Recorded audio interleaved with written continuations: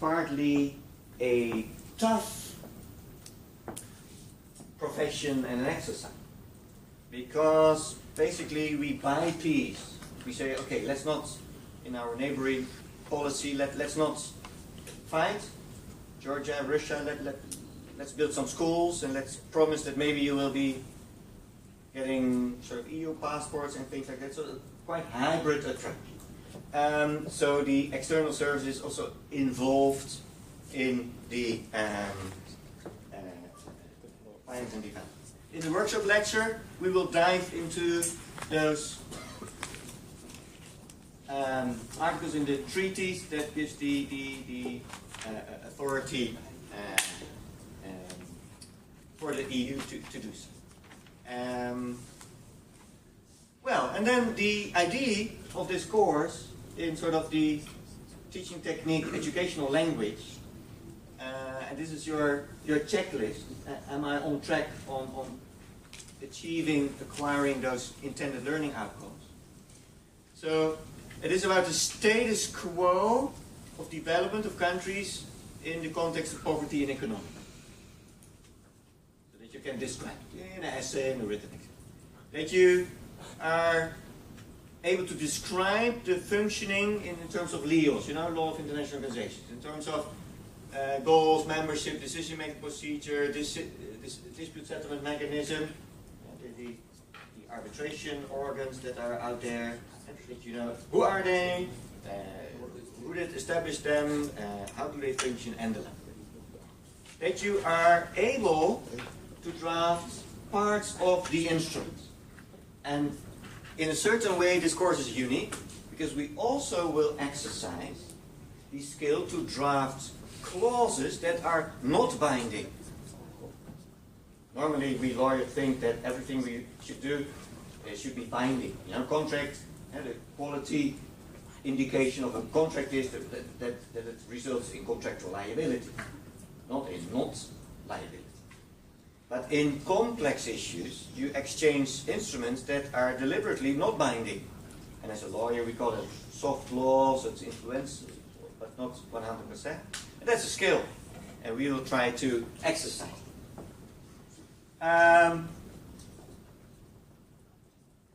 To be able in the exam, in your essay, to be able to dwell on those question marks I mentioned in the opening. That you find words and a narrative and sentence construction that you can describe uncertainty. So it's not 100% sure that, but assuming the definition of this and this, my opinion would be like this and that. So this is not a skill, or this is not an invitation that I want to know your personal ideas on the topic. As in, well, my father always told me that everybody who is poor did not work hard enough, so I'm not so much interested in those personal ideas. It is about the critical analysis of, let's say, theories and facts that are out there, and how, from a logical point of view, you could say sensible things about it. Not whether there's a God who says, well, everything we see is according to his plan. That is not this program. So critical analysis. And then last but not least, that you have a sort of idea what could be alternatives. What would happen if we abolish official development assistance and the IMF and the World Bank, and there's some good news. It's called microfinance. If you give $25 to a person, we will discuss in week 7.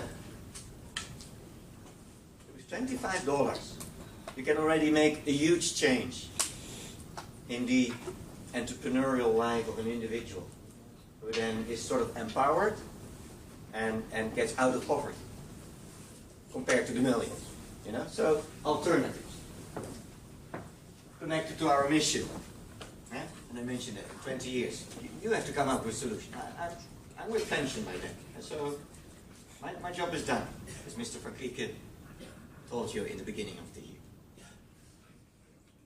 These are the teaching and learning activities. The terms let's quickly, before the break, fly over that. Development, the perspective, there's literature. I indicated already the term poverty and development is subject to debate. Like, what is exactly the purpose that in developing countries everybody should have an iPhone and eat McDonald's? As a caricature of that discussion. I don't know the answer. But I invite you to read that literature together with me and together have that answer. That question. I mentioned the North and the South. That is troubled. So for ages we did not hesitate to say, well, we in the West, you know, we invented the wheel. So please adopt our strategies and then you will be fine. Just look around. Beautiful in the West.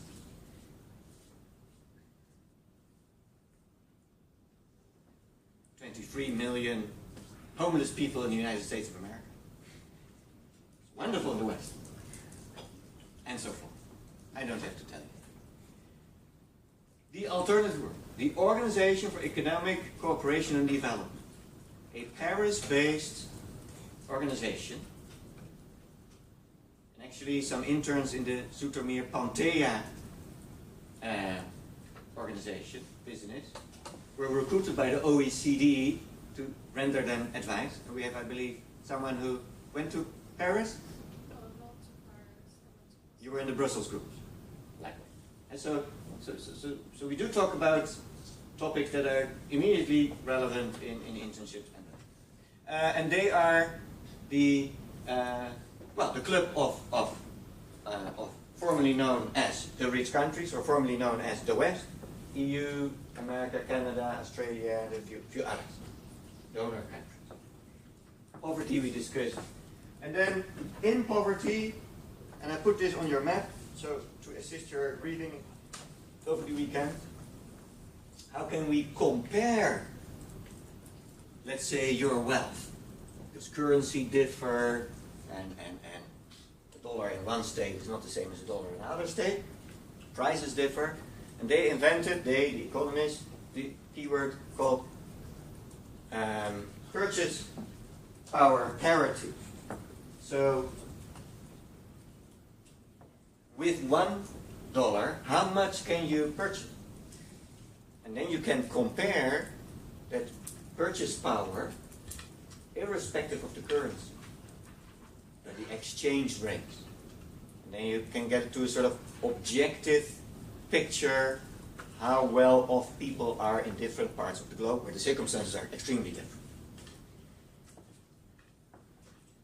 We use other theories other than the purchase power parity to get a grip on the topic. And in the grand picture after the break, I will start with one. We look at the alternatives, microfinance, and so on. Well, then the term finance. The key thing is that we approach finance first and foremost as the word that describes money, and money is seen as the exchange tool with which goods and services can be exchanged, as opposed to that on a market you exchange milk for chocolate and so forth. And so you can exchange the production of your agricultural products for money, and with the money you can buy something. And so that is then the role of money we look at. And that is a economic theory, and the word connected to that is the circle of money, as in that €1 travels from one purse to the other, or $1 travels and stays the same. There's this beautiful saying, I believe, in connection with the Greek crisis.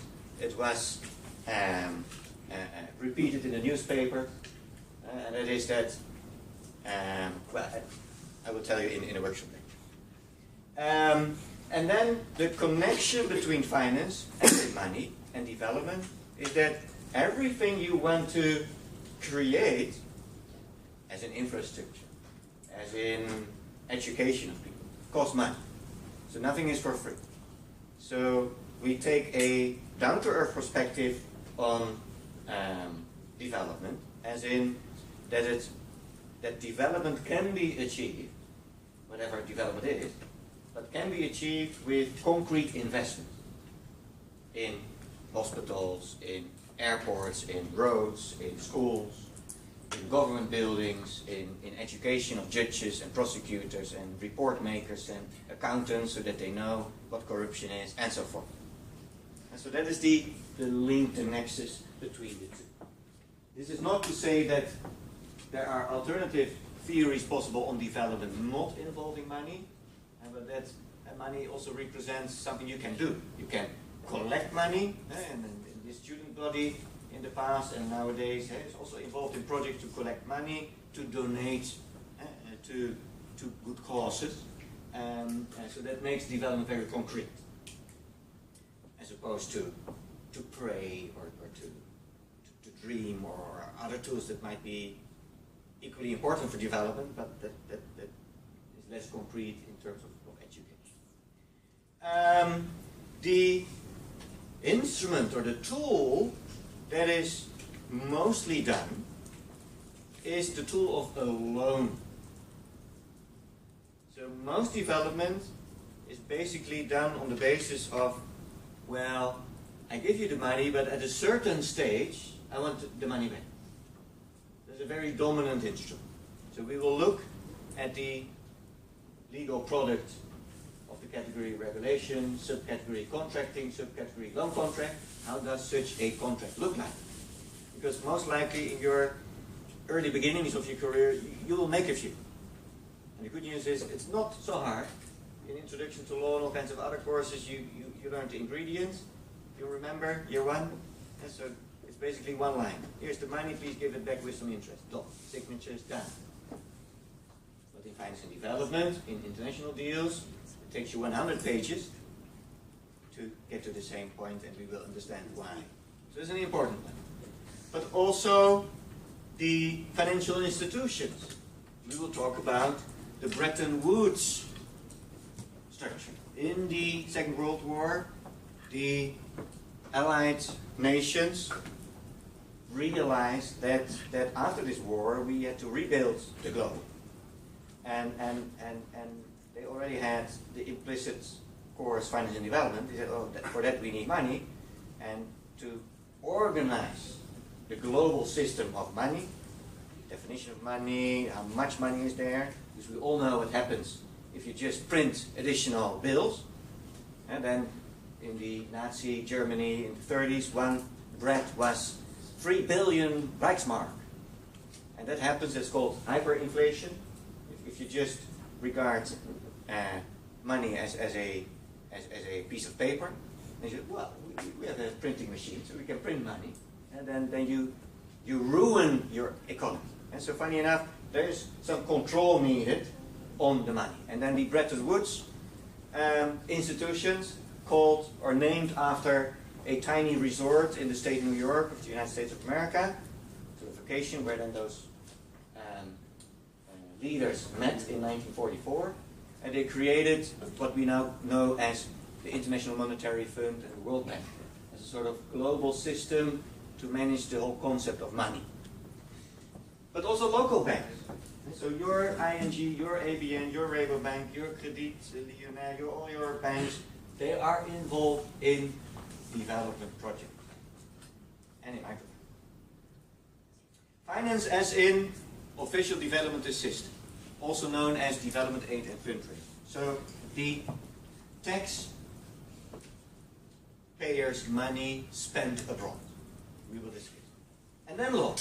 Law as in the classic sources of international law, European law, national law. So Article 38 of the ICJ statute, treaties, custom, general principles, case law. To summarize a little bit, much more to say about it. And a few, let's say 1/3 of the instruments we will need are sort of classic sources of law, binding, treaties, or local legislation and so on. And then we have soft law. And Millennium Development Goals triggered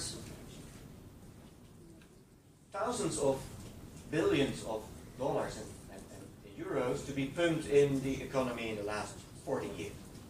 And this is all based on non-binding instruments. Based on statements like, we the people would love to see poverty go away. And that soft law statement is powerful enough to engine a whole industry that spends billions and billions and billions of euros and dollars. So when you take a more functional approach, if you come from Mars, and you know that I always compare our profession from a sort of perspective from Mars, who cares about hard law and soft law? If the effect of those house rules are that people behave in a certain way, then for me, soft law is equally part of the artificial mechanism that channels human behavior in the direction society wants it. And the society wants no corruption and no devastation of the environment and no maltreatment of indigenous people and so forth. And that is all included in the soft law instrument, and we all try to live up to that. Once in a while we fail, but that also happens with hard law. And so failure is not an indication that the law is apparently soft. And so there are killings, and no one says that criminal law, local criminal law, is soft law. But hey, sometimes there's no complaint. So soft law is crucial. Next to the loan agreement, there's two other important agreements, so sort of the craftsmanship product of your profession, the so-called guarantee agreement. I want to refresh your memory. In year one, we discussed the guarantee agreement as a sort of triangle relationship. So you have the original loan or investment that one is the donor and the other is the donee, so the recipient. And then a third party guarantees the liability, the performance, if, when, and if the original liable actor fails. And a lot of developments and development projects around the topic we discuss in this course are assisted by guarantee agreements. And we will need them in various ways. And then the real important agreements are the contracts with which you actually build the hospital and operate the airport and then transfer the ownership of that construction to the people that own the country, to the government, to the state, to the municipality. And that is a hybrid contract in which you agree, which you conclude while standing in the rainforest in Laos with all the palm trees around you and say, okay, let's agree that we design a hydroelectric dam, that we actually build it, that with our knowledge we run the place for 20 years. In that 20 years, we have return on our investment, because hey, we are a hydroelectric dam company and we need profit. And then after 25 years, you get the hydroelectric dam for $1 and it's yours, people of Laos. Design, build, operate, transfer agreement.